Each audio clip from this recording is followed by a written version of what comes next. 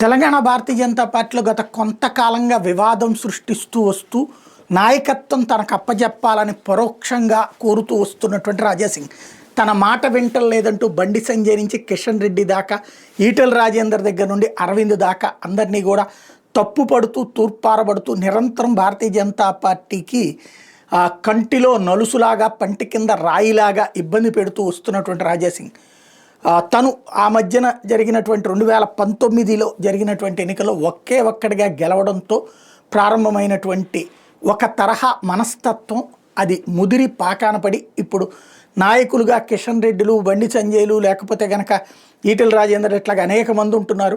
నేను చాలా పెద్ద నాయకుడిని అనేటటువంటి ఫీలింగ్తో ఉన్నటువంటి రాజాసింగ్ అధ్యక్ష స్థానం అధిష్టానం తనకిస్తుందని భావించారు.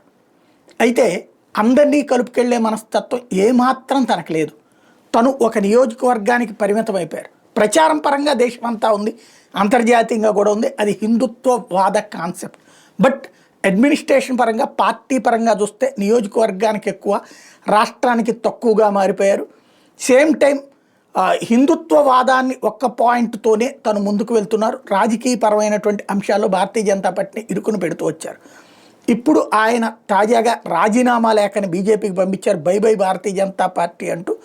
ఎందుకని అంటే తను అధ్యక్ష స్థానానికి నామినేషన్కి వేయడానికి వెళ్తే పార్టీ కార్యాలయంలో తమ వాళ్ళని కార్యకర్తల్ని అడ్డుకున్నారని బెదిరించారని ఆ కారణంగా కిషన్ రెడ్డికి ఉద్దేశించి లేఖ రాస్తూ రాజీనామాని సమర్పించాను, ఇట్లాంటి పార్టీలో ఎమడలేను అన్నటువంటి స్టేట్మెంట్ ఇచ్చుకొచ్చారు.